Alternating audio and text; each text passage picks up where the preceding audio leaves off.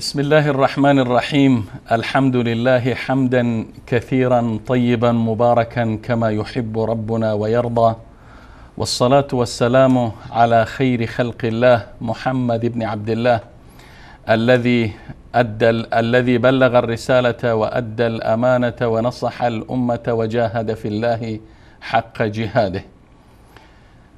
بینندگان عزیز و گرامی در هر کجایی که هستید و در این لحظات بیننده برنامه رکن پنجم ویژه برنامه حج هستید، خدمت تک تک شما سروران و بزرگواران عرض سلام و ادب و خسته نباشید دارم و امیدوارم که از نعمت صحت و عافیت و تندرستی برخوردار بوده باشید. با اجازه شما عزیزان در سومین برنامه از سری برنامه‌های رکن پنجم خدمت مهمان این برنامه جناب مولانا صاحب مجیب الرحمن انصاری هم خیر مقدم و خوش آمدید عرض نموده. قبل از آن خدمتشان عرض سلام دارم. جناب مولانا صاحب سلام علیکم. تشکر. من هم خدمت شما جناب استاد بزرگوار و خدمت همه بینندگان عزیز و گرامی و خصوصا و بالاخص خدمت حجاج عزیز و گرامی که در این لحظه اگر صدای ما را میشنوند و خدمت او عزیزان خواهر و برادری که عزم و اراده حج را در سالهای آینده دارند، خدمت همه عزیزان عرض سلام و ادب و احترام دارم. تشکر جناب مولانا صاحب بزرگوار. البته در نخستین برنامه از سری برنامه‌های رکن پنجم جناب دکتر نور محمد عمرا مهمانی برنامه بودند و تذکر دادند که همه دوستان و همه آن عزیزانی که بنا به عذرهای مختلف نتانستند به سرزمین وحی بروند و حج بیت الله را ادا نمایند، با مو شور و شوقی که در دلشان هست ان شاء الله از اجر و ثواب حج بی نصیب نخواهند ماند. خوب بینندگان عزیز و گرامی، با سومین برنامه از برنامه‌های رکن پنجم ویژه برنامه حج خدمت شما هستیم و قسمی که طی اولین برنامه وعده نمودیم ان شاء الله از طریق این برنامه فضای روحانی و فضای معنوی مناسک حج امسال را به خانه‌های تک تک شما عزیزان بازتاب خواهیم داد و منتقل خواهیم کرد و از طریق این برنامه‌ها تا رسیدن به روز هفتم یا هشتم که رسما مناسک حج انشاءالله آغاز میشه، میخواهیم به درس های مهم برگرفته شده از حج اشاره کنیم و البته یکی از درس های دیگری که از دانشگاه بزرگ حج ما میتوانیم بگیریم وحدت و اتحاد میان امت اسلامی است. وحدت و اتحادی که امروز میبینیم کسانی که برای تحقق این معمول، برای تحقق اتحاد اسلامی شعار میدهند و دم از وحدت و اتحاد میزنند و کنگره ها و کانفرانس ها و اجلاس های بزرگ را دایر میکنند و هزینه های سنگینی را در این راه انجام میدن. امروز از کنگره عظیم مسلمانان که کنگره میتونیم کنگره جهانی و بین المللی بنامیم که در هیچ جای دنیا در هیچ مقطع تاریخی نظیر و مانند نداشته و تا قیام قیامت نخواهد داشت و این کنگره یگانه کنگره جهانی و بین المللی همچنان تا قیام قیامت باقی خواهد ماند.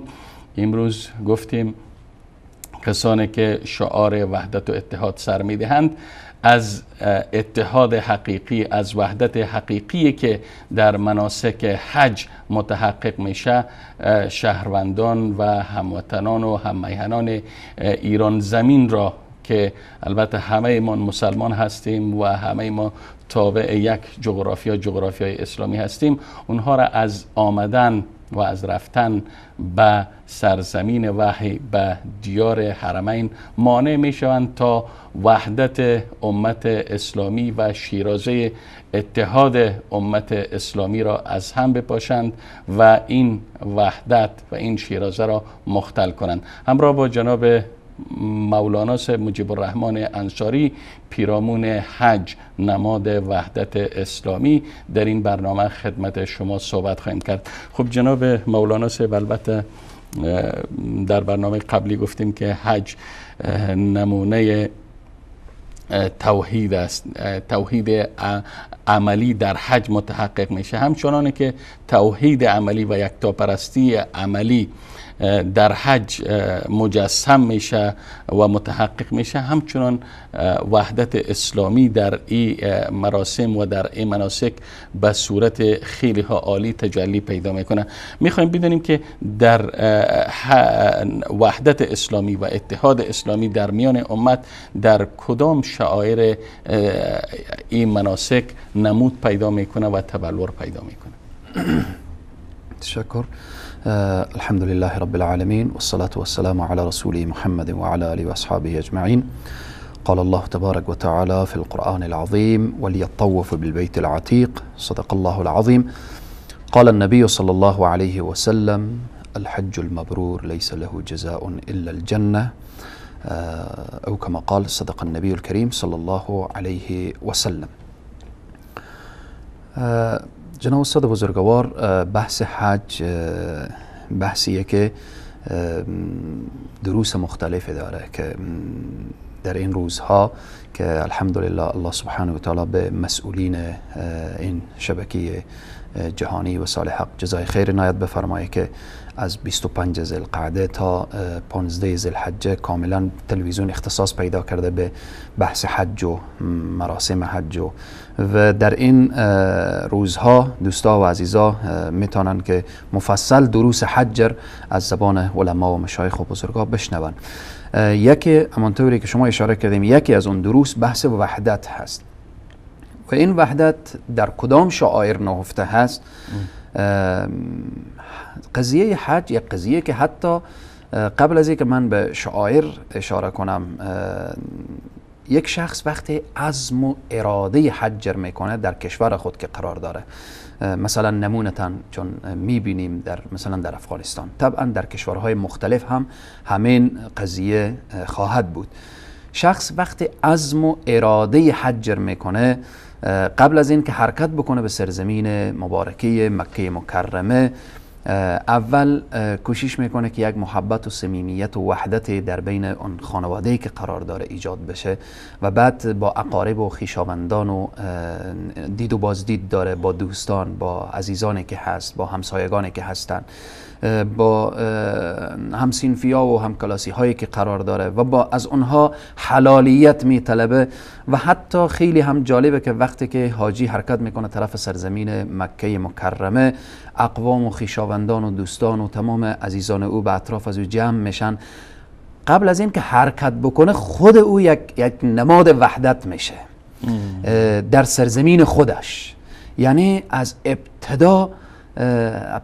ابتدای این حرکت قبل از اینکه بیایه به طرف حرکت بکنه، وحدت در کشورش، در بین اقوام، خویشاوندان، هر کدام، حتی شاید اشخاصی که در بین آن اقوام با همدیگر یعنی کینه بوده، عداوت بوده، اما با چشمان پر از اشک همدیگر را به آغوش میگیرن، گریه میکنن و حتی او طلب دعا میکنه که وقتی میری در او سرزمین ما را دعا کن.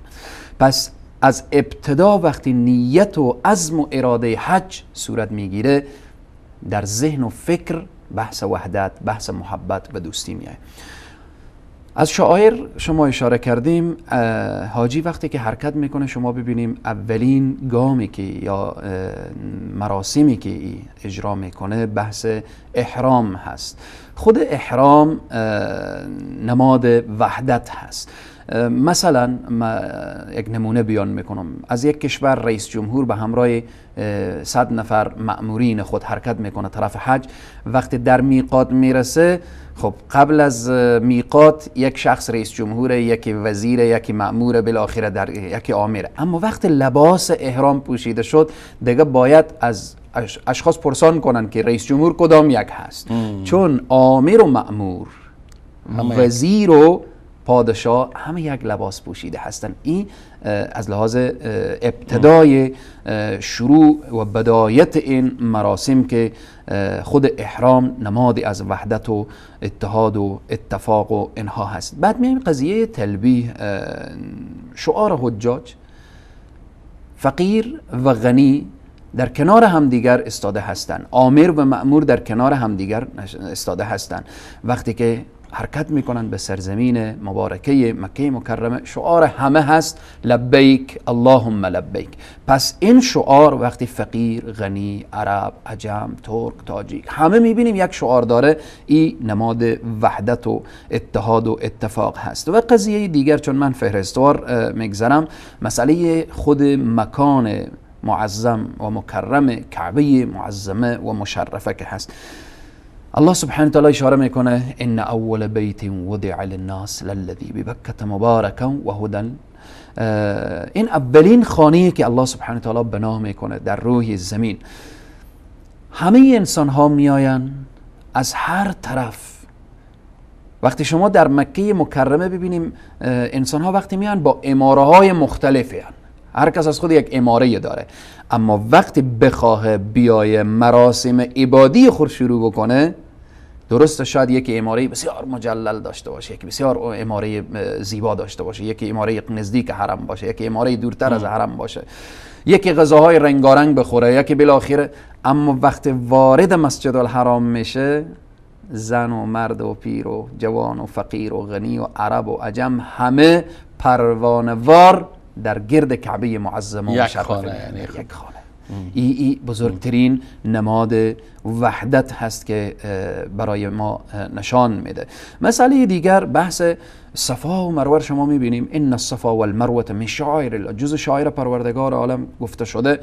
به داخل صفا و مروه، داخل صفا و مروه همه این مسلمان ها از هر طرف، از هر گوشه باز هم داخل صفا و مروه میشن و اون مراسم و مناسک اجرا میکنن که به داخل صفا و مروه باز هم میبینیم که در بین همان میلین الاخضرین میبینیم که همه پهلوانی دارن، مردان همه بالاخره در حال دویش هستن. نگاه میکنیم عرب، عجم و بالاخره همه بالاخره صلی الله علیه و سلم.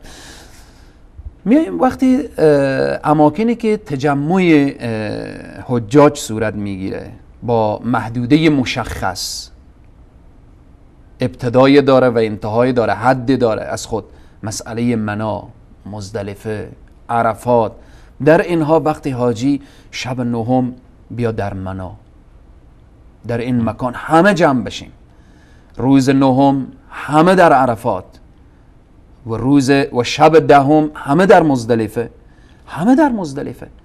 اینها همه این تجمعات، این اجتماعات، اینها نشانه وحدت و نمادی از وحدت و اینها هست. و خیلی مهم که در روز اول عید شما ببینیم وقتی که از مشعر الحرام حجاج حرکت میکنن از مزدلفه، دهم ذوالحجه، همه میاین بلا استثناء میاین به طرف جمره عقبه میزنن. حالا با زدن جمره در اینجا همه اون سنگر که بر میدارن پرتاب میکنن طرف دشمنی که الله سبحانه و تعالی بارها و بارها در قرآن تذکر داده که انه لکم عدو مبین، این دشمن واضح و آشکارای شماست. اینجا الله سبحانه و تعالی میخواد نشان بده که این شیطان کسی احساس نکنه که شما ببینید وقتی لحظه جمره زدن علما جمره میزنه، مشایخ جمره میزنه، عوام جمره میزنه، زن جمره میزنه، فقیر و غنی و اینها، الله سبحانه و تعالی میخواد نشان بده که این دشمن همه شماست، دشمن مشترک شماست. همه باید با سنگرزایی که در دست دارین جمله دشمن هدف قرار بدیم. و همچنین به هر حال نمادهای مشخصی که ما میبینیم که بحث وحدت، اتحاد، اتفاق، اصلا عبادت خاص در حج. چگونه عبادت خاص؟ ما عبادت در این سفر داریم که در هیچ نقطه از روی زمین نیه. مسئله طواف ولیطوفوا بالبیت العتیق، مسئله مکان اصلا مکان خود مکان و زمان، اگر هر دور به یک جا جمع بکنیم که مکان و زمان، مسئله عرفه که هست، روز عرفات، اگر کل حجاج در روز 8 ذوالحجه بیاین مراسم رو در عرفات اجرا بکنن هیچ اجر و پاداشی نمیگیرن. اگر فردایش بیاین روز 10 باز در عرفات بازم هیچ اجر و پاداشی، چون زمان مشخص شده. عرفات یعنی روز 9 ذوالحجه. در یک جا جمع شدن و نشان دادن عظمت و بزرگی آن روز و تجمع بزرگ همه برمیگرده به مسئله وحدت، اتحاد و اتفاق و انسجام و همبستگی. جناب مناسب چنانه که شما اشاره کردین، البته به صورت کل به صورت عمومی به همه شعائر اشاره کردین که در هر شعیره ما میتونیم نماد وحدت امت اسلامی را به وضوح مشاهده کنیم و به وضوح ببینیم. اما در برخی این شعائر مخصوصا رکن اعظم حج مانند عرفات همه، یعنی بلا استثناء قسمی که شما اشاره کردین بلا استثناء در اینجا جمع هستند در آن واحد، در عین وقت و در محدوده مشخص. البته گفتم در برخی از این شعائر بیشتر نماد وحدت تجلی پیدا میکنه. اگر به صورت نمونه به یکی از این نمادها که البته شاید عرفات باشه، شاید جای دیگه باشه، اگر اشاره بفرمایید. اگرچه وقت و فرصت شاید اونقدر برنامه ما برای ما اجازه نده که سر یک این شعائر اگر ما بخوایم بحث وحدت از تجلیگاه فقط به صورت نمونه اگر مثلا در طواف شما ببینیم الله سبحانه تعالی در قرآن در سوره حج در آیه 29 و در آیه 33 در دو جا بحث بیت عتیق میگه. بله. خود عتیق خانه قدیم یا در عبارت دیگر خانه آزاد، کهنه ترین، قدیمه ترین، اولین نخستین خانه که در این قسمت.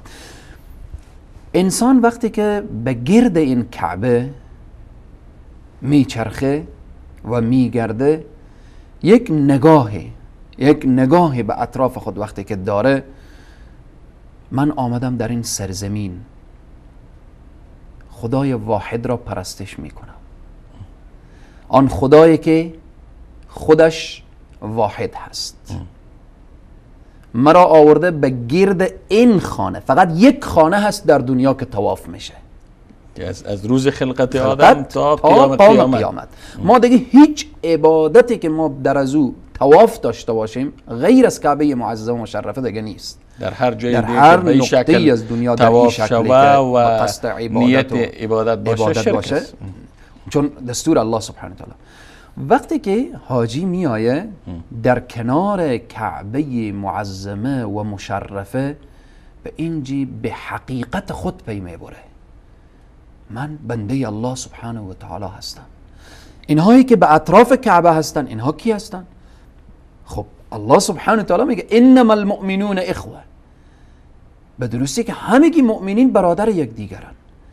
نگاه میکنه به این شانهش که طواف میکنه تحت انواع مذاهبی که امروز هست، شافعی، به این شانهش طواف میکنه مالکی، مقابلش حنبلی، در این کنارش حنیفی، همه سبحان الله، در این کنارش سلفی، در این کنارش بالاخره همه مذاهبی که امروز در دنیا مذاهب حقی که هست در اونجا میبینه.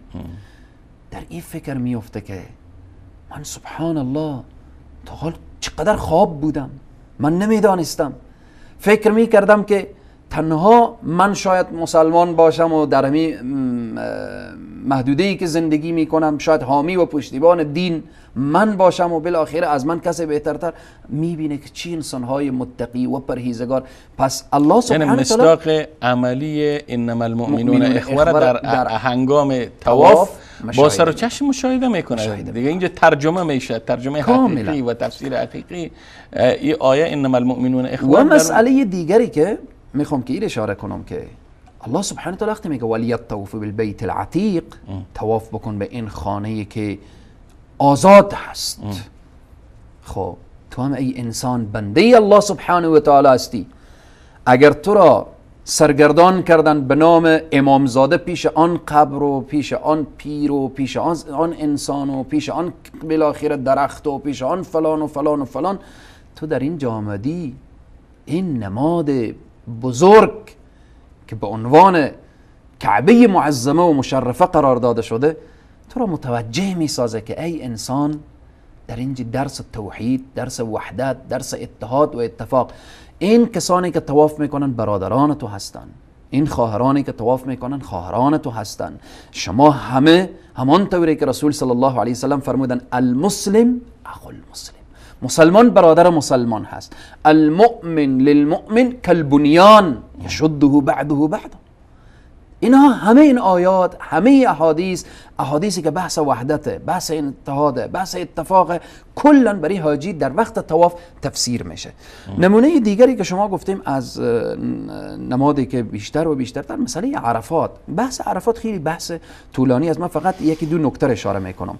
فقط خطبه داریم که تحت نام خطبه حجة الوداع، خطبه رسول صلی الله علیه و سلم. در این خطبه فقط یک نمونه یا دو نمونه من اشاره میکنم که پیرامون وحدت رسول معظم اسلام صلی الله علیه و سلم در مکانی که بیش از 100,000 صحابه استاده هست، رسول صلی الله علیه و سلم میخوان که اینها را متوجه بسازن. خیلی مسائل در حجة الوداع بیان میشه. رسول الله اهل عرفات با چی جمله مخاطب میکنن؟ در حالتی که در عرفات قریشی بود، قبایل مختلف بودن، از شهرهای مختلف بودن، از اقوام مختلف بودن. قریشی و از قبیله های مختلف، بنی تمیم و بنی فلان و بنی فلان و بنی فلان و از شهرهای مختلف. حتی عرب و عجم در حج حضور پیدا کرده بودن. رسول صلی الله علیه و سلم مخاطب میکنن یا ایها الناس، ای مردم. نمیگن ای قوم فلان، ای بنی فلان، ای فلان ابن فلان، نه، یا ایها الناس، ای مردم، ای مردمان. همه به عنوان ایها الناس مخاطب میکنن. این مخاطب رسول صلی الله علیه وسلم معنای چیه؟ معنای اینه که متوجه باشیم که همه شما در اینجا که جمع شدیم در این روز فضیلت شما چیست؟ رسول صلی الله علیه وسلم میفرمایند لا فرقی نیست بین عربی ولا اعجمی. عرب بر عجم فرق نداره، عجم بر عرب فرق نداره. فرق بین ولا ابیض علا چی؟ علا اسود. یعنی هیچ کسی بر هیچ کسی برتری نداره الا بالتقوا، مگر تقوا. شما ببینیم در حج رسول معظم اسلام صلی الله علیه و سلم در او کنگره بزرگ میخوان ایر بفهمانن برای انسان ها که راه رسیدن به سوی الله سبحانه و تعالی یک راه هست.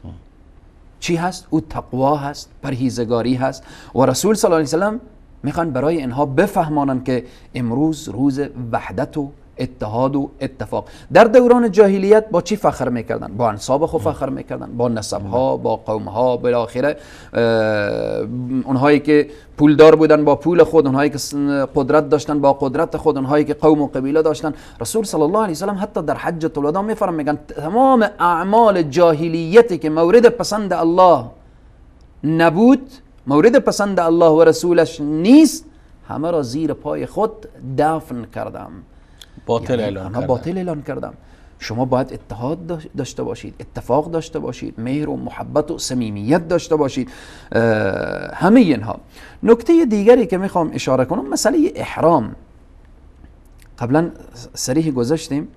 احرام گفتیم که نمادی از وحدت هست. شما در هر گوشه ای از دنیا تجمعات شاید ببینید، تجمعاتی در هر گوشه دنیا باشه، اما نمیتونیم یک اجتماع شما پیدا کنیم که همه یک لباس داشته باشن، همه یک شعار داشته باشن. شاید در دنیا خیلی کسان ادعا بکنن که در فلان منطقه هم اجتماع بزرگ میشه، در فلان منطقه هم اجتماع بزرگ میشه، در فلان منطقه اجتماعات مختلف میشه، اما ما در تمام اجتماعهای دنیا که بگردیم، ولو قلیل باشه ولو کثیر باشه، ما اجتماعی نداریم که همه یک لباس داشته باشن و همه یک شعار داشته باشن. اما این فقط در حج میبینیم. این شعار احرام چیه؟ احرام نماد یک رنگی امت اسلامی رو نشان میده، یک رنگی امت اسلامی، همانطوری که قرآن اشاره میکنه محمد رسول الله والذین معه اشداء علی الكفار رحماء بینهم. در بین امت اسلامی تقیه نیست، امت بیاید تقیه کنه. این لباس احرام به خاطر فلان، به خاطر اینکه فلان فریب بتم، یا به خاطر اینکه جلب توجه فلان نفر به طرف خودم جلب بکنم، این مسائل مطرح نیست. کاملا وقتی که در حج حاجی حرکت میکنه و اتم الحج والعمره لله، حج و عمره خاص به خاطر الله سبحانه و تعالی. و اگر به خاطر فلان یا علان باشه اینجا عبادت معنی نداره، این ریاست. در اینجا این لباس نماد وحدت و یک رنگی و یک پارچگی امت اسلامی. مسئله شعاری که لبیک اللهم لبیک، این نماد چیست؟ این نماد یک صدایی امت اسلامی هست. ما امروز وقتی که در حج تعدادی که میبینیم، مثلا 3 میلیون حاجی که شما در این مشاعر مبارکه و مقدسه مشاهده میکنید، در منا و عرفات و مزدلفه و اینها، از تمام دنیا، در هر گوشه دنیا که مسلمان زندگی کنه یک نماینده در حج داره. وقتی حجاجی که از افغانستان میاین، اینا احساس نکنن که ما فقط حاجی از برای خود آمدیم، نه، اینها نمایندگی کل ملت افغانستان رو داره. حجاجی که از تاجیکستان میآیه، اینها نمایندگی از ملت تاجیکستان داره. خب به همان ترتیبی که شما قبلا اشاره کردیم، الله سبحانه و تعالی جزای ظالمین رو بده که به خاطر 4 انسان مخرب و 4 انسانی که اونها اهداف همان خاص خود را داشتن و دارن، ملت مسلمان ایران از این نعمت محروم کردن که الله سبحانه و تعالی دست اونها را کوتاه بگردانه. به خاطر عوام فریبی و به خاطر فریب دادن مردم، چون که سالها فریب دادن برای وحدت و اتحاد، امروز عملا نشان دادن که اینها هیچ وقت اتحاد و همبستگی و یک پارچگی مسلمان ها را نمیخواهند. اگر میخواستند به هر ترتیبی که شده بود باید حجاج ایرانی امسال حضور می داشتند. و در رسانه های مختلف ما میبینیم که شعار میتن که گویا عربستان سعودی و حکومت سعودی، دولت سعودی، حجاج ایرانی را از رفتن به حج مانع شده، در حالی که خود از اونا موانع خود حکومت ایران، خود رژیم مستبد ایران خلق کرده و ایجاد کرده. شما ببینیم بیشتر و بیشترتر ما وقتی رژیم ایران میگیم، خب رژیم ایران یک رژیمی که اون آخوندهای ایرانی که سر قدرت هستن، خب به کتب اینا وقتی مراجعه میکنیم، خب اونا اعتقاد و باور کاملی نسبت به حج ندارن. چون وقتی میبینیم در کتب اینا که کربلایی که ما حتی یک نصوص ضعیفی هم در فضائلش باشه ما نداریم، میبینیم که اگر کسی 20 مرتبه حج کرد، فضائل یک سفر کربلا میشه و زیارت امام حسین میشه. و پس این باورها خب برای از ارزش در کتابایشان وجود داره، اما ای که میخواین عوام فریب بکنن در صحبت‌ها و در سخنرانی هایشان، کسانی که اطلاع دارند و از نصوص دینی که در کتاب‌های از اینا وجود داره میفهمند که شعار بیش نیست. به هر حال بحث ما سر وحدت بود و دعا میکنیم به حق چون امروز متاسفانه وقتی بحث وحدت مطرح میشه، ملت ایران، مردم ایران جزئی از امت اسلامی هستند. جناب مولانا صاحب، متاسفانه که امروز چون یک رژیم مستبد و ظالم و ستم پیشه که اهداف مغرضانه داره و در رأس نظام قرار داره، این رژیم نمیتونه که از ملت ایران، از ملت 70 میلیونی ایران نمایندگی بکنه. امروز بخواهیم نخواهیم ایران جزء اصیلی از امت اسلامی است. به هر حال ما آرزو داشتیم که امسال هم ملت ایران خیلی ها به صورت و شکوه بیشتر در مراسم حج شرکت کنند. ما یک مثال جزئی بیان میکنم. ما الان خیلی از انسان ها داریم که در داخل محابس و زندان ها هستند و آرزوی حج دارن ولی نتانستن و نمیتونن چون در قید و بند هستن و دعا میکنیم که الله سبحانه و تعالی ملت شرافتمند ایران و برادران مسلمان ما از چنگال این ظالمین نجات بده که اینها هم در حقیقت درسته که 70 میلیون هستن ولی فعلا در داخل یک زندان بزرگ قرار دارن. یک زندان بزرگ با بهانه‌های مختلف ملت مسلمان ایران را از حج محروم کردن. امیدواریم که در سالهای آینده با شور و شوق و اشتیاق کاملی که در دلهای هر فرد مسلمان هست حضور پیدا کنن و مراسم عبادی و به این که نرسیدن انما الاعمال بالنیات. الله سبحانه و تعالی با نیت ها معامله میکنه.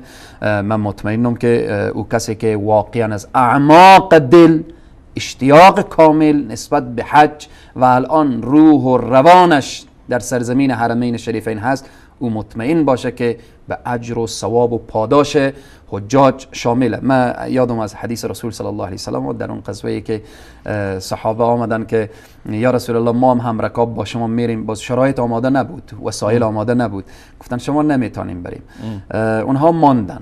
وقتی که ماندن اشکان اونها ریخت و در جا ماندن. رسول الله صلی الله علیه و سلم وقتی که رفتن در وسط شله هایی که میرفتن رو به طرف صحابه کردن، گفتن متوجه باشید که اشخاص در مدینه مانده ولی از لحاظ اجر و پاداش گام به گام با شما شریک هست. خوب شد جناب مناسب که این حدیث باز شما متذکر شدین. جناب دکتر نور محمد عمرا در اولین برنامه اشاره کردن و این نوید و این مجدره برای کسایی که امروز بنا به اعذار مختلف یا موانع مختلفی که بر سر راهشان از طرف رژیم ایران ایجاد شده نتونستن که به زیارت بیت الله الحرام مشرف شوند، به اینا خوب شد که مجدره باز تکرارا شما تذکر دادین. به جناب استاد بزرگوار میخوام این نکته اشاره کنم که شاید قضا و قدر و اجل به دست خود انسان نیست. شاید بعضی از عزیزان تا سال آینده از دنیا برن ولی در نامه اعمال اونها حج ثبت میشه چون اونها با اون ذوق و شوق و با اون نیتی که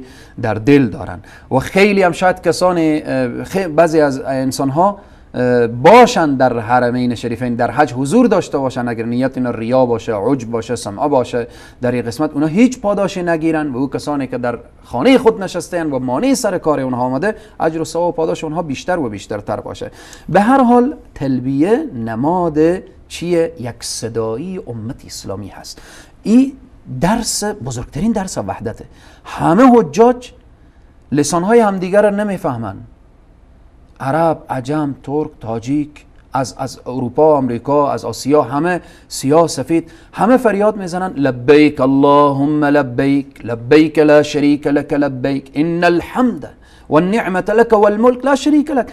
این درس میده که ای مسلمان شما باید هم وقتی که این صدا رو بلند کردیم این یک صدایی شما متوجه ای باشیم که او خواهری که در سوریه صدای مظلومیت خود بلند میکنه تو باید به فریاد او برسی.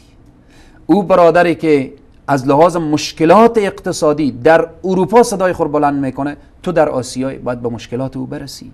او برادری که اگر در گوشه ای از دنیا به بستر بیماری افتاده و تو واقف شدی باید دست به دعا بلند کنی و او را دعا کنی. و او کشوری که در خاک و خون میسوزه تو ولو که از لحاظ جغرافیایی شاید صدها و هزارها کیلومتر از او فاصله داشته باشی ولی این جز توست، این در کنار توست. وقتی امروز شعار تو یکی شده درد تو باید یکی بشه. و رسول صلی الله علیه وسلم به این تعبیر شما ببینیم که میفرمایند المؤمن للمؤمن کالبنیان شد بعد. خانه وقتی ساخته میشه یک خشت به خشت دیگه پیونده تا این خانه ساخته میشه. مسلمان به تعبیری که اقبال میگن نه افغان و نه ترک و نه تتاریم، چمنزاریم و از یک شاخ ساریم، تمیز و رنگ و بو بر ما حرام که ما پرورده یک نوبهاریم. پس این از بین همه شعائر وقتی نگاه میکنیم بحث تلبیه، بحث احرام، یعنی در حج، در مراسم حج، در مناسک حج ما هیچ شعاری به جز تلبیه نمیشنویم. هیچ کسی نیست که یک تلبیه مختلف، یک شعار مختلف را سر بده. اصلا شما ببینیم حتی در این چقدر فضائل آمده. رسول صلی الله علیه و سلم میفرمایند کسی که تلبیه را شروع میکنه، همان اشجار، درختها، سنگها، دشت، کوه و بیابانی که این صوت را میشنوه در حشر ریاضی شهادت میده. این فضائل و این برکات که برای شخص گوینده این بیان شده، به خاطر چی؟ تا این حاجی دوام و مداومت کامل داشته باشه به این جمله و متوجه بشه که این نماد یک صدایی امت اسلامی برای همیش باید در دنیا باشه و بدانه و بفهمه که در هر گوشه از دنیا که مسلمان صدای خود را بلند کرد، تو مسلمان اگر جواب اون را ندی و در جوابش لبیک نگی، این را بدان که در حقیقت تو به انما المؤمنون اخوه و به المسلم اخو المسلم و به المؤمن للمؤمن کالبنیان به اینها هیچ توجه نکردی. یعنی شما میخواستین بگین که جناب مولانا صاحب هر مسلمان، هر حاجی که الله تعالی برش امسال نعمت ادای حج، نعمت به جا آوردن حج را میسر و ارزانی فرموده، مسئولیت داره که در قبال تک تک امت اسلامی، در قبال یکایک برادرانش در هر کجای دنیا که هستن، مسئولیت داره که باید در اثنای طواف در صفا و مروه و در عرفات به حقشان دعا کنه. جناب مولانا صاحب کاملا من اینجا میخوام که بازم به ادامه حرف شما اشاره کنم که حجاج در تمام اماکن باید دست به دعا بلند باشه، خصوصا و بالاخص در روز عرفه. حاجی باید برای خود اختصاص بده. حاجی افغانی نگه که من افغانیم، حاجی تاجیکی نگه من تاجیکیم، حاجی اروپایی نگه من از اروپایم، حاجی بالاخره دست به دعا بلند کنه. و خصوصا و بالاخص باز هم من میگم که حجاج باید خالصانه و مخلصانه در حق کشورهایی که امروز با درد و با رنج و با غم میسوزن، در حق اونها دعا داشته باشن و حتی در حق برادرانی که امسال از حج محروم شدن به خاطر حکام ظالم، به خاطر شوم و مکر الظالمین و به خاطر که دست الظالمین از این سرزمین قطع بشه، ملت مسلمان ایران از این نعمت محروم شدن. حجاج دعا کنن که یا الله پروردگارا، او خواهر و او برادری که ذوق حرمین شریفین را در دل داره، پروردگار تو مانیر از سر را بردار که او به این سرزمین بیایه و چشمش به کعبه و به اماکنی که مبارکه و مقدسه هست بیافته. یعنی خیلی ها در دور جناب مولانا صاحب که یک فرد، یک مسلمان که استطاعت و توانایی مالی، جسمی و بدنی را امسال داشته باشه و اما از انجام رکن پنجم، از انجام پنجمین رکن دینش به خاطر ممانعت و به خاطر کارشکنی های رژیم مستبد چون ایران عاجز بمانه و نتانه رکن پنجم دینش به جا بیاره. اگر اجازه بدید ما به اجازه شما و به اجازه بیننده های عزیز و گرامی میریم سراغ یک میان برنامه. پس از دیدن این میان برنامه انشالله با ما باشید تا برنامه را با هم پی بگیریم. بینندگان عزیز و گرامی، با عرض سلام مجدد و دوباره خدمت شما هستیم. واقعا وقت انسان به فضای معنوی و ملکوتی حرم مکی، حرم مدنی، به صفا و مروه، طواف، عرفات، مزدلفه و وادی منا مینگره، ناخودآگاه اشک در چشمانش جاری میشه و به شور و شوق رفتن به دیار حرمین می افته. انشاءالله روزی خواهد رسید که بساط ظلم از سر ملت ایران برچیده خواهد شد و آحاد ملت ایران گروه گروه و دسته دسته بار دیگر به اطراف یگانه خانه خدا، خانه کعبه چرخ خواهند زد و طواف خواهند کرد و در بین کوه صفا و مروه دیده خواهند شد و در میدان عرفات دیده خواهند شد و یک جا و همصدا و یک رنگ با برادران مسلمانشان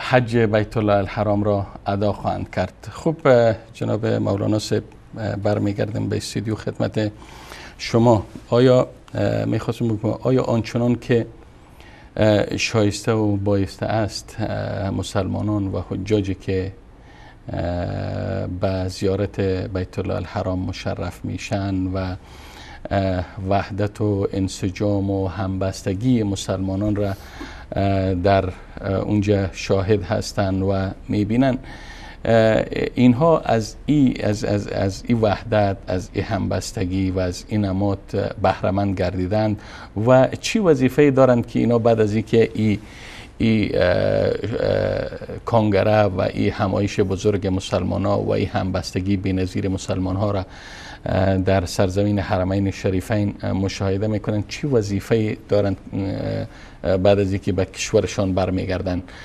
آیا باید باز هم طوری که ما شاهد هستیم در کشورهایشان دنبال جزئیات و اختلافات جزئی که وجود دارد باشند، یا ای که از این کنگره و از این وحدت و از این همبستگی که در حرم تجسم پیدا میکنه از این باید عبرت گرفته باشه؟ واقعا سوال جالبی که حجاجی که از تمام دنیا می آین، باز هم مثلا بیان میکنیم حجاج افغانستان. حاجی افغانی وقتی که قبل از این که به حج بیایه در یک محدوده زندگی کرده که فقط خودش و همان قریهش و اهل و حتی از زبان از بخش لسانی میبینیم که فقط در منطقه زندگی کرده که همه همانند او صحبت میکنن. در مسجد نماز خوانده که همه تحت نام مثلا مذهب احناف نماز خوانده و هر کذا مسائل دیگری و شاهد یک زبان یا دو زبان یا سه زبان در کشورش بوده، اما وقتی در حرم میایه شاهد سبحان الله وقتی که به این سرزمین قدم میگذاره حاجی در این مکتب و در این مدرسه و در این کنگره بزرگ امت اسلامی، خب طبعا تحولات به وجود از او می آیه. وقتی که بخواهیم و نخواهیم، وقتی تحول در وجودش آمد، خب شاهد این تحول بود در فکرش، در اندیشش، در عقیدهش. خب اینها را طبعا انتقال میده و وظیفه و مسئولیت او هم هست. وقتی ما یک شاگرد در مکتب شامل میکنیم بعد از مدتی که درس میخوانه، خب به امید این که بفهمه و به آینده چیزی برای دیگران بفهمانه. وقتی حاجی قدم میگذاره در این مدرسه بزرگ، در این به اصطلاح سیمینار بزرگ، در این مدتی که 10 روز کمتر بیشتر و بالاخره که انتهای حجاج افغانستان بعضی 40 روز و 50 روز و اینها میکشه، در این مدرسه اینها دروسی میگیرن. خب وظیفه و مسئولیت دارن که این دروس اینها باید انتقال بدن.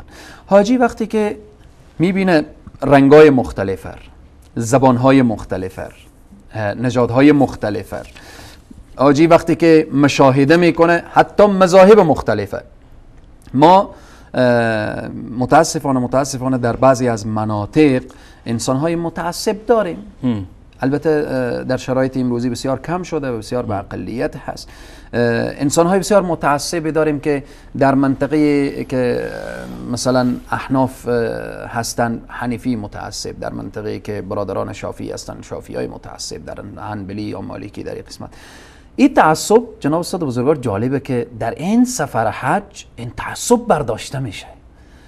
وقتی حاجی هم به کشور خود برمیگرده با یک فکر جدید، با یک فکر نوین متوجه میشه که سبحان الله، من وقتی حنیفی بودم برادر شافعی خود را دیدم چقدر با من محبت کرد. شافعی را دیدم که لبیکی که من میگم شافعی هم گفت، حنیفی هم گفت و بالاخره در گرد کعبه شافعی و مالکی و حنبلی همه طواف میکردن، در منا و عرفه و مزدلفه همه یک جا بودن، در وقت زدن شیطان همه یک جا بودن.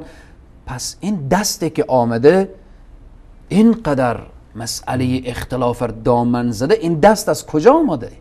متوجه میشن، این نقطه را درک میکنن کاملا. پس وقتی که حاجی بر میگرده به سرزمین خود، به این فکر برمیگرده که چون از حجة الوداع وقتی رسول صلی الله علیه وسلم در حجة الوداع فرمودن که یا ایها الناس، متوجه باشید که ترکت فیکم امرین، گذاشتم در بین شما دو چیز در بین شما گذاشته شد که اگر به اینها چنگ زدید لن تضلوا، هرگز گمراه نمیشوید. کتاب الله و سنتی، قرآن و سنت خود در بین شما گذاشتم. اینجا حاجی متوجه میشه که سبحان الله، اگر امام ابو حنیفه، امام شافعی، امام مالک، امام احمد ابن حنبل و سایر بالاخره بزرگان و ائمه دین رحمهم الله، اینها وقتی که در کسی به دنبال اینها روان شده، خب اونها هم راه و روش قرآن و سنت را داشتن، ولی هر کدام اشاره کردن که اگر ما خطا رفتیم و اشتباه کردیم، شما نباید خطا و اشتباهات ما رو بپذیرید و قبول کنید، یعنی نباید دنبال اشتباهات ما روان بشید. پس حاجی وقتی که از این سفر برمیگرده باید که دروسی که میگیره، یا شما فرمودیم که چی انتقال میده در کشور خود، حقیقتا درس وحدت را انتقال میده.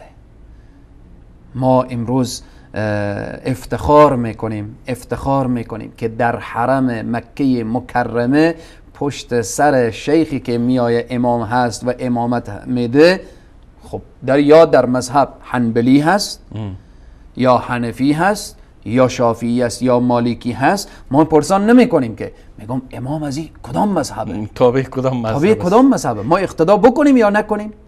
سبحان الله، این چیزها همش این افکار تنگ و تعصب گرانه که در ذهن بعضی ها که در جهان کوچک، در دنیای کوچک خود زندگی میکردن، وقتی در حرم می آیند، وقتی وارد سرزمین وحی میشن، چی در حرم و چی در آحاد مساجد مکه مکرمه یا مدینه منوره، این چیزها خود به خود ذوب میشه و خود به خود محو میشه و خود به خود از بین میره. دیگه جای از این است که والله امام تابع کدام مذهب است، تابع حنفی است یا حنبلی است یا شافعی است یا مالکی است، نه. شما ببینیم که برای حاجی همانطوری که قبلا اشاره شد که در این سرزمین آیات قرآن یکی پی از پی دیگری عملا ترجمه میشه، تفسیر میشه، یعنی مصداقای آیت میبینن. وقتی که حاجی متوجه میشه که این کعبه، خانه خدا، این بیت الله، یک خانه، یک عبادت که طواف هست در گرد ازی، سبحان الله، انما المؤمنون اخوه. خب همه ما، شافعی، مالکی، حنبلی، حنیفی، همه سلفی و بالاخره به تعبیر امروزی که دشمنا از او استفاده کرده به تحت نام وهابی و بالاخره همه گرد هم جمع شدیم به این آیه که الله سبحانه و تعالی میفرماید ان هذه امتکم امه واحده، شما امت واحد هستید. همه داخل حرم مکه شما استاده کنید، تک تکی که از تمام دنیا آماده، از او پرسان کنید بنده کی هستید؟ الله. میگه بنده الله. امت کی هستید؟ محمد رسول الله. پیرو چی هستید؟ قرآن. در این سفر به دستور کی آمدی؟ به دستور الله. اجرای مراسم رو چگونه اجرا میکنی؟ به طریقی که از رسول الله شنیدم که خذوا عنی مناسککم، یعنی شما مناسک را از من بگیرید، یعنی تابع آنچه که من انجام میدهم تابع من باشید. پس به هر حال یعنی نمیشه که اینجا وقتی میایی در اطراف کعبه طواف میکنی و در اطراف کعبه میچرخی، اینجا دیگر جای یا فلان پیر یا حسین یا حسن یا فاطمه یا فلان امام یا فلان امامزاده، اینجا جایش نیست دیگه. اینجا فقط کاملا جایی که ابراهیم علیه السلام، اینجا باید خود از زنگارهای شرک باید بشوی انسان. کاملا حاجی وقتی که داخل حرم میشه چشمش میفته به کعبه معظم و مشرفه، به یاد ابوالانبیا امام الموحدین ابراهیم علیه السلام میفته که ابراهیم دستان خود را بلند میکنه، ربنا تقبل منا انک انت السمیع العلیم. ربنا وجعلنا مسلمين لك ومن ذريتنا امة مسلمة لك و ارنا مناسکنا. پروردگارا تو به ما نشان بده که ما این مراسم رو چگونه انجام بدیم، چگونه همه انبیا، اولیا، بندگان مخلص الله سبحانه و تعالی، همانطوری که ابراهیم علیه السلام بت شکن بود، بت‌ها شکست، کل امت اسلامی که کل مسلمان هایی که در اونجا جمع میشه همه برای این اتفاق نظر دارن، میگن ما ملت از ابراهیم خلیل الله داریم.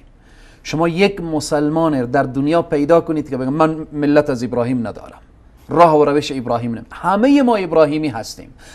حتی میبینیم که ادعای پوچ یهود و نصارا که ادعا میکردن که ابراهیم از ما هست، ابراهیم یهودی بوده، مسیحا میگفتن نصرانی بوده. الله سبحانه و تعالی میفرماید که ما کان ابراهیم یهودی ولا نصرانی ولكن کان حنیفا مسلما. ابراهیم حنیف بود. یعنی چی؟ یعنی کاملا میل کننده به طرف توحید و یکتاپرستی و براءت و بیزاری میجست از شرک و کفر و بت پرستی و مسلم و تسلیم شده بود به پروردگار عالم. همه ما گرد کعبه جمع میشیم، همه به عنوان چی؟ به عنوان مسلمان. به عنوان مسلمان همه ما جمع میشیم به عنوانی که ما ملت از ابراهیم خلیل الله داریم. الله سبحانه و تعالی در کعبه معظمه و مشرفه و بالاخره درسی که برای حاجی میده و حاجی انتقال میده. و من جناب استاد بزرگوار به چشم سر دیدم حجاجی که در طی این روزها با دوستا و عزیزانی که من ملاقات داشتم، خصوصا در مدینه منوره که با دوستا نشستیم، هنوز حاجی به مکه مکرمه نرفته، حتی این مراسم اینا که سبحان الله با چند روزی که 3-4 روز یا 5 روزی که در مدینه بود، چنان تحولی برای دوستا انسان میبینه، چنان اون توحید و یکتاپرستی و اون در حقیقت قبلا هم توحید داشتن، یکتاپرستی داشتن، و اما میبینیم سبحان الله. یکی از حجاج خیلی جالب بود، به من حرف بسیار جالب زد، گفته که یک سوالی از شما دارم. چند تا از بزرگای افغانستان نام گرفت، از اولیاء الله.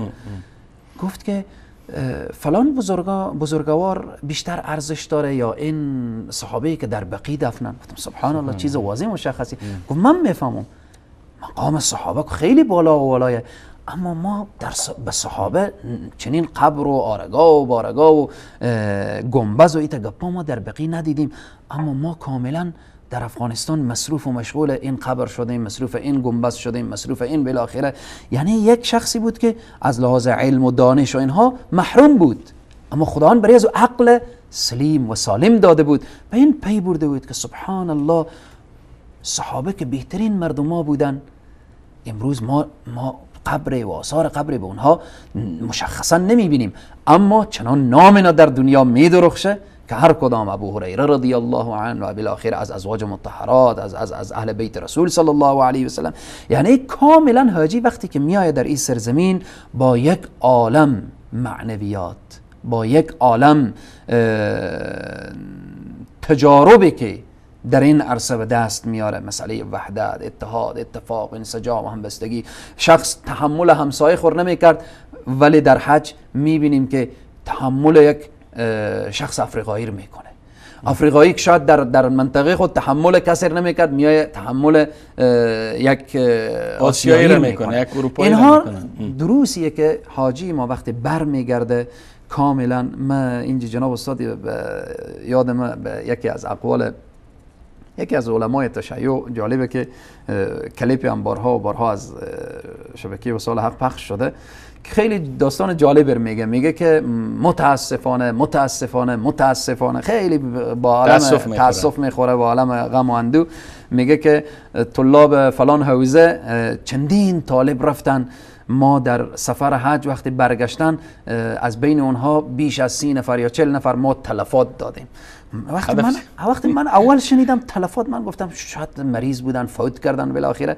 میگه وقتی حج رفتن برگشتن به کام وهابیت افتادن. خب شما ببینین یک جوانی که 20 سال 30 سال سر از کار شده، کاملا از طفولیت در مدرسه، در خانه، در چی بزرگ شده، وقتی میاد در مشاعر، در اماکن مبارکه و مقدسه فقط میبینه، کعبه میبینه، حجاج میبینه، مردم میبینه. خب انسان عاقل هست، عقل داره.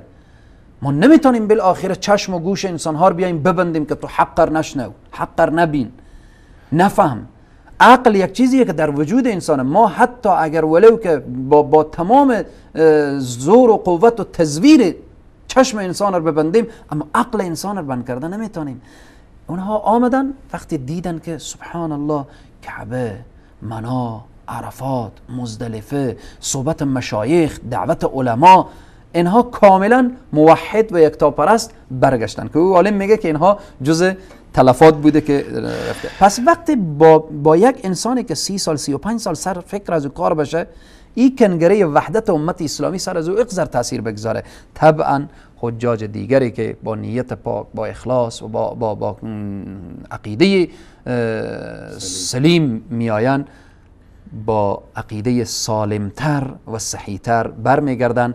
و من مطمئنم که هر حاجی که در وقت برگشت در خانه از او، در زندگی از او، در محل و منطقه از او تحول ایجاد میشه. دقیقاً جناب مولانا صاحب، انسان به فطرت اصلیش، به فطرت سلیم برمیگرده. خداوند جل جلاله میفرماید یریدون لیطفئوا نور الله بافواههم والله متم نوره ولو کره الکافرون ولو کره المشرکون. تجارهای آرگاه ها و بارگاه ها و زیارتگاه ها و قبرها به هر میزان که بخواهند جلو حق و حقیقت را بگیرند و مانع رسیدن حق و توحید و یکتاپرستی شوند، الله تعالی باز هم یک روزنه از امید را به طرف به سوی حقیقت جویان باز میکنه که به اون طرف رهنمون شوند و به حق و حقیقت پی ببرند. امروز دقیقاً چرا رژیم مستکبر موجود در ایران مانع رفتن حجاج به بیت الله الحرام، به مکه مکرمه شد؟ علت چی است؟ علت جناب مولانا صاحب شاید شما بهتر از من بدانین. همین است. وقتی حاجی این جمعیه، وقتی 30 سال به او دروغ گفته شده که اونجا مردم های خشن هستن، اونجا گویا قلدرها هستن، اونجا گویا وهابیون هستن، اونجا گویا بدبینان مسلمانان اسلام هستن. وقتی او وارد حرم مکی یا حرم مدنی میشه، وقتی مسلمان ها را با هم متحد و متفق و منسجم و یک پارچه و همبسته میبینه، خود به خود متأثر میشه. یعنی دیگر جای برای تبلیغات، جای برای متأثر شدن از تبلیغات ایران، از تبلیغات سوی آخوندان نمیمانه، چون او حق و حقیقت را با سر و چشمش مشاهده میکنه، به فطرت سلیمش برمیگرده.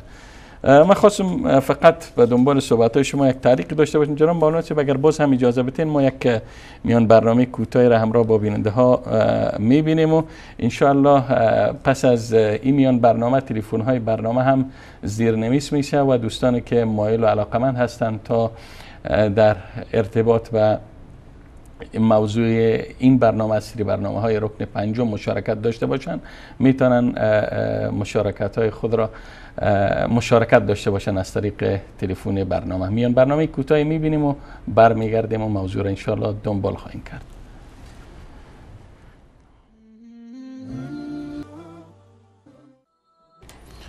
خب بینندگان عزیز و گرامی، با عرض سلام مجدد و دوباره خدمت شما هستیم و از جاوید جان تلفن های برنامه را زیرنویس کنه تا دوستان و عزیزانی که مایل هستند در ارتباط و موضوع برنامه حج، نماد وحدت یا اتحاد یا همبستگی اسلامی مشارکت داشته باشند، مشارکتشان دریافت کنیم. خب ما برمیگردم به استودیو خدمت جناب مولانا صاحب. خب جناب مولانا صاحب، آیا فکر میکنین که تنها کسانی که در مراسم حج، در مناسک حج حضور دارند و زیارت بیت الله الحرام و حج بیت الله الحرام برایشان میسر و ارزانی شده، تنها اینا باید از حال و هوایی که در مناسک حج به خصوص بحث اتحاد و همبستگی حکم فرماست، تنها اینا باید بهره مند شن، یا ای که حتی کسایی که برنامه های حج. امروز الحمدلله رسانه های مختلفی وجود داره و فضای معنوی حج به تک تک خانه های امت اسلامی منتقل میشه. اینها هم باید از این فضا متأثر شوند و از دروسی که در اینجا عملا مشاهده میکنن از طریق تصاویر، اینها هم باید بهره مند شوند. همانطوری که اشاره شد که هر حاجی وقتی که از هر کشور وارد این سرزمین میشه، او نمایندگی از سایر همان ملت میکنه. حجاج هر کشور نماینده همان کشور هستن. خود حاجی کو عملا میبینه بحث وحدته، بحث اتحاده، بحث اتفاقه و اینها را عملا مشاهده میکنه. اما عزیزانی که حالا یک نفر از خانواده اینا حج آمده، یک نفر از اقوام اینا از حج آمده، یکی از دوستان و اقارب اینا به حج آمده، خب کاملا یا تلفنی با او در ارتباط هستن یا به خاطر که انگیزه‌ای که او به اقوام و خویشاوندان داده. امروز میبینیم مسائل نشان دادن مراسم و مناسک حج حتی به پخش زنده و مباشر و مستقیم تمام دنیا میتونن که ببینن این سرزمین و این اماکن مبارکه و مقدسه و این تجمع بزرگ امت اسلامی. من میخوام این نکته اشاره کنم که حالا برای ما وقتی که ثابت شد، به این یقین و باور رسیدیم، کسی که چی از عالم دور مشاهده میکنه و چی کسی که در عالم نزدیک هست و یعنی در مراسم و مناسک هست. الله سبحانه و تعالی پیرامون اتحاد و اتفاق چقدر تاکید کرده. واعتصموا بحبل الله جمیعا ولا تفرقوا. چنگ بزنید به رسمان خدا و تفرقه نکنید. رسمان پروردگار چیست؟ قرآن هست. حبل الله چیست؟ قرآن هست. وقتی که نگاه میکنیم الله سبحانه و تعالی میفرماید ولا تنازعوا فتفشلوا وتذهب ريحكم واصبروا. شما منازعه نکنید، شما اختلاف نکنید و بالاخره. آیه دیگه میفرماید فان تنازعتم في شيء فردوه الى الله و رسوله. شما وقتی دوچار اختلاف شدین، برای شما مشکلی پیش آمد، فردوه الی الله و رسوله، شما این را پیش کنیم به قانون خدا و پیامبر.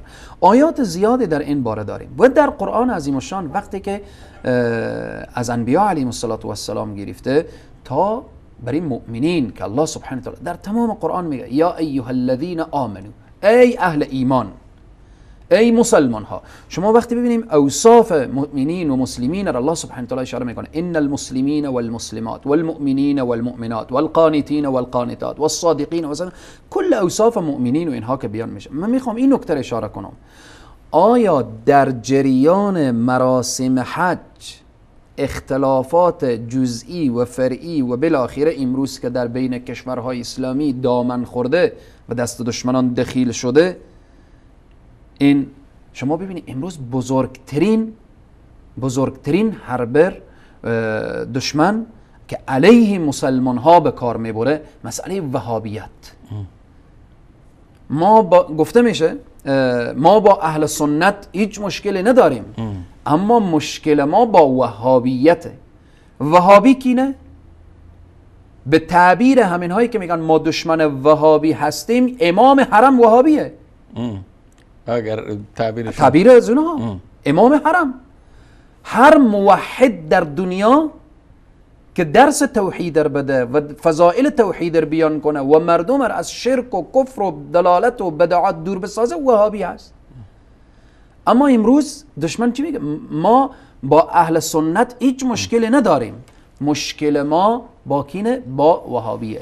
پس در اینجا من میخوام این نکته اشاره کنم، عزیزانی که از دور این سرزمین رو مشاهده میکنن، قرآن و سنت رسول، ما اصلا در مراسم حج هیچ جایی نداریم که گفته بشه که این محل تجمع شافعی ها هست، این محل تجمع حنیفی ها هست، این گوشه مسجد از حنیفی های، این گوشه مسجد، این گوشه حرم از حنبلی های، این گوشه. همه ما پشت سر امام واحد نماز میخوانیم، چون بنده الله سبحانه و تعالی رب ما قل هو الله احد واحد هست. در کنار کعبه که طواف میکنیم کعبه واحد هست. امت اسلامی قرآن میگه، قرآن اشاره میکنه که ان هذه امتکم امتا واحده، ما امت واحده هستیم. پس این قضایایی که شافعی و مالکی و حنبلی و حنیفی شده، ما به همه بزرگان و ائمه احترام داریم. اقوالنا علی الرأس و العین، اونها مفسر قرآن بودن، مفسر سنت رسول صلی الله علیه و سلم. خدا بر اینا علم و دانش و فقاهت داده بود، الله سبحانه و تعالی از اونها راضی باشه. ولی ما هیچ جا قرآن دستور نداده که شما شافعی باشیم، هیچ جای قرآن نگفته شما حنیفی باشیم، هیچ جای قرآن نگفته که شما حنبلی باشیم، هیچ جای قرآن و احادیث رسول صلی الله علیه و سلم نگفته که شما بالاخره در این. گفته سنتی و سنت خلفاء الراشدین. ما مسئولیت داریم، ما مسئولیت داریم که ما پیرو قرآن و سنت رسول صلی الله علیه و سلم. و ایران ما به صراحت کامل میگیم بزرگان دین، امام ابو حنیفه رحمت الله علیه جز سلف صالحین هستند. وقتی ما میگیم که سلفی ها، هر کس پیرو امام ابو حنیفه رحمت الله علیه باشه سلفی هست. هر انسانی که پیرو واقعی تابعین و تبع تابعین باشه، چون خیر القرون هست، اینها سلفی هستند. سلفی یعنی چی؟ کسی که اعمالش موافق به کتاب الله و سنت رسول صلی الله علیه و سلم باشه. پس این درس کاملا اشخاصی که در حج هم نمیآیند، اینها از صفحه های تلویزیون خود، از داخل خانه که نشستن میبینن و مشاهده میکنن که همه مسلمان ها در گرد کعبه معظم مشرفه میگردن. تشکر جناب مولانا صاحب. اگر اجازه بدین ما چند تماسی از بیننده ها بگیرم چون وقت بیشتر نمانده. السلام علیکم. السلام علیکم بیننده گرامی، بفرمایید. خب تماس ما با بیننده قطع شد. خط بعدی را میگیریم. بفرمایید. السلام علیکم. بفرمایید برادر گرامی. و علیکم السلام و رحمت الله. و علیکم السلام و رحمت الله. بفرمایید خود معرفی بکنین اگر در ارتباط با موضوع برنامه صحبت دارین. سلامت باشید. محمد جمعه هستم از نیمروز، ولایت نیمروز. آقای محمد جمعه در خدمت شما هستیم، بفرمایید. سلامت باشید. سلام عرض میکنم خدمت شما و جناب مولانا فاروق الله. الله تعالی شما را حفظ فرماید. آمین. همچنین شما را. خواستم چند نکته در رابطه با موضوع برنامه عرض بکنم. واقعا عمل تا که ایرانی هست فرموده مولانا ترها. انسان وقت مشرف به مکه می شود، مکه و مسجد الحرام یعنی مظهر توحید، مکه یعنی مظهر توحید و مسجد النبی و مدینه منوره یعنی مظهر نبوت و میدان عرفه مظهر معاد. یعنی وقتی که من و شما چه اصول داریم، اصول دین سه تا اصل، انسان وقت مشرف به سرزمین حرمین شریفین می شود، سرزمین وحی می شود، آنجا عملا این سه اصول دین مظهر اینها را می بیند که تجلی می کند. اصول دین یعنی توحید و یکتاپرستی را در مکه مکرمه می بیند. واقعا وقتی مشرف به مدینه منوره می شود، مظهر نبوت و اصل دین نبوت از اصل دوم دین، آنجا آن را می بیند که مشاهده می کند و می اندیشد. و میدان عرفه هم برای او واقعا این تجلی می شود و این را می بیند که این هم مظهر معاد از چون نشانه واقعا به یاد قیامت می افتد، به یاد محشر می افتد. لذا مسئله خیلی مهمی است. حجاج گرامی و همه مسلمانان توجه بفرمایید. تشکر برادر گرامی محمد جمعه. تشکر از مشارکت زیبایتان و از صحبت‌های زیبایتان و از نقاطی که اشاره کردین. تشکر میکنم. میرم سراغ بیننده بعدی. بله السلام علیکم. بفرمایید. السلام علیکم. خب مثل که تماس ما با برادر قطع شد. خب جناب مولانا صاحب برمیگردیم به استودیو و اگر اجازه بتین دوستای اشاره میکنن که بیننده بعدی وصل است. بفرمایید. السلام علیکم. خب قطع شد. خب برمیگردیم به استودیو خدمت جناب مولانا صاحب. خب جناب مولانا صاحب، قسمی که جناب آقای محمد جمعه از نیمروز هم اشاره کردن واقعا حج و مشاعر مقدسه همش تجلیگاه توحید و تجلیگاه اتحاد و همبستگی مسلمانان جهان است. در گذشته جناب مولانا صاحب امت اسلامی در حج و در مناسک حج وقتی از کشورهای دوردست مانند امروز می آمدن، چون رسانه ها و این مسائل وجود نداشت، بیشتر از حال یکدیگر واقف می شدن و به داد یکدیگر می رسیدن و به حق یکدیگر دعا می کردن. فکر نمی کنین که در عصر حاضر این مسئله کمرنگ شده؟ شما ببینیم خود حج ابعاد مختلف داره. تنها بود عبادی حج نیه که انسان مد نظر داشته باشه. هدف از اجرای این مراسم باید ابعاد مختلف مد نظر گرفته بشه، مثلا بود دینی، بود سیاسی، بود اقتصادی، بود اجتماعی. حتی در گذشته ها وقتی نگاه میکنیم که ائمه بزرگوار و علما و مشایخ و مفسرین بزرگ بیشتر و بیشترتر برای اخذ گرفتن احادیث از مراسم حج استفاده میکردن که فلان مفسر و محدث آماده در حج، من میرم در نزد او زانوی تلمذ میزنم و از او و از محضر از او استفاده میکنم. به هر حال اکثر حجاج امروزی فقط جنبه دینی و یا بعد عبادی حج مد نظر میگیرن. فقط میآیند در حرم عبادت کن و پس برو در اتاق و اماره خود بخواب و پس وقت نماز بیا و در این قسمت، که متاسفانه که نباید چنین باشه. باید که حجاج از کشورهای مختلف که هستن باید با هم دیگر ملاقات داشته باشن، با هم دید و بازدید داشته باشن، با هم تبادل افکار داشته باشن. و این که شما در قسمت رسانه گفتید که امروز رسانه هست، رسانه‌های صوتی، تصویری، خب اخبار میگه، خب چی نیازیه؟ خب طبعا تواصل اجتماعی، مسئله وسایل اجتماعی که امروز ما میبینیم خب بیشتر و بیشترتر به دست غیر مسلمان هاست. حتی در دنیا میبینیم که اگر کوچکترین حرکتی از مسلمان ها که سر میزنه که او اگر تا اندازه بحث ظلم باشه، بحث مسائلی باشه که در بین جامعه او بخواهن که برای دیگران منتشر بسازن که این حرکت مسلمان هاست، این کشتن، یعنی از یک اشتباه کوچک، از یک اشتباه فردی او را بزرگ میکنن. اکثر رسانه ها در حالتی که ما ظلمی که بر غیر مسلمان ها امروزی میبینیم، جنایتی که امروز در کشورهای غیر اسلامی میبینیم، بی‌عزتی و بی‌عفتی که نسبت به زنان صورت میگیره، رسانه ها اونها رو زیر پوشش نمیدن. پس در این حالت اخباری هم که امروز پخش میشه، امروز در دنیا خیلی مجاهدین هستن، مجاهدینی که جهاد میکنن، مجاهدینی که جان برکف هستن، مجاهدینی که هر روز دشمنان اسلام رو به جهنم میفرستن، اما هیچ رسانه از اونها درست و صحیح پوشش نمیده اخبار مجاهدین رو. به هر حال وقتی میبینیم که در هر گوشه اگر انفجار صورت میگیره، مسلمان های بیگناه در گوشه کشته میشن و شهید میشن، تمام رسانه ها او زیر پوشش میده و او.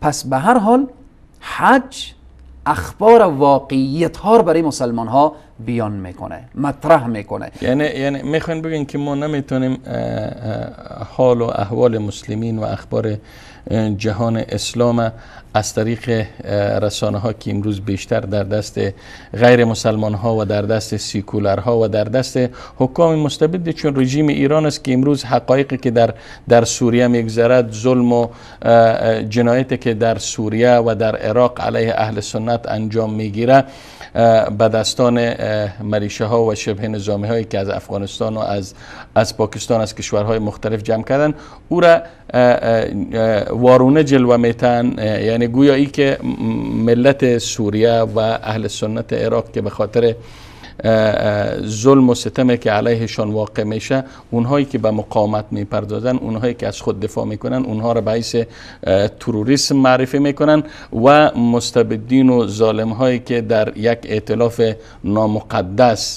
نامقدس روسیه، سوریه و رژیم استبدادگر ایران، اینها که ظلم هایی را که علیه این ملت ها انجام میتن، اینها را جنبه گویایی که دفاع از مقدسات و دفاع از مسلمانان مینامند. کاملا بحث رسانه ها بحثیه که ما اخبار رسانه ها رو نمیتونیم 100% ما اخبار واقعیت بدانیم، بخصوص رسانه هایی که مشخص هست. بله بله کاملا اهداف اونها مشخصه، یعنی امروز وقتی میبینیم که مشخص هست. اما می‌بینیم قضیه حج یک قضیه که کاملا، مثلا وقتی در حج با برادران سوریه خود در حج ملاقات میکنیم، از برادرانی که از سوریه، برادرانی که از هر گوشه از دنیا، از عراق آمدن، وضعیت مردم عراق، مردم سوریه، وضعیت برادران از تاجیکستان، وضعیت مسلمان ها در تاجیکستان، برادران بالاخره از هر گوشه دنیا که میآیند، در این کنگره بزرگ ما واقعیت ها وقتی از زبان اینها میشنویم که آن چیزی که اخبار و تلویزیون ها او را جلوه میداد چنین نبوده و چنین نیست. مسئله حج کل برنامه های دشمنان نقش بر آب میکنه.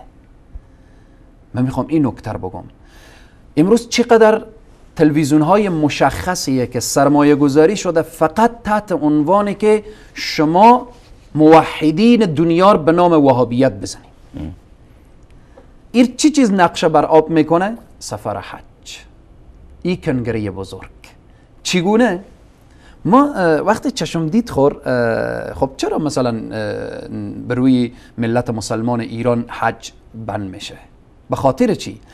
در مدینه منوره وقتی که روزهای دوشنبه نگاه میکنیم، دوشنبه و پنجشنبه سفره ها در داخل حرم پهن میشه، انداخته میشه و در ایام بیض ماه 3 روز 13 و 14 و 15 هر ماه سفره ها انداخته میشه.